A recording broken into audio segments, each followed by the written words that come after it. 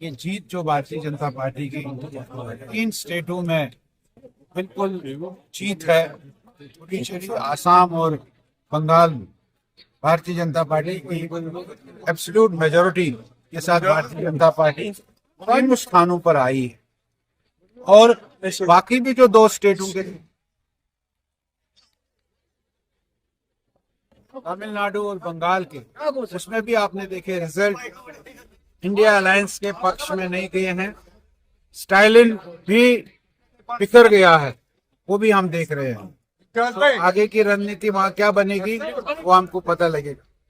हम इन 3 स्टेटों की जिनकी कंप्लीट मेजोरिटी बहुमत भारतीय जनता पार्टी को मिला, हम यहाँ कश्मीर में उसकी खुशी मना रहे हैं। हम सब कार्यकर्ता मिलकर यहाँ वो खुशी मना रहे हैं इन 3 स्टेटों की जीत की। बंगाल जो श्यामा प्रसाद मुखर्जी का जन्म स्थान है, वहां पर भारतीय जनता पार्टी जीती है। अब श्यामा प्रसाद मुखर्जी का जहाँ देहांत हुआ, जहाँ उनकी मृत्यु हुई है, वो कश्मीर है।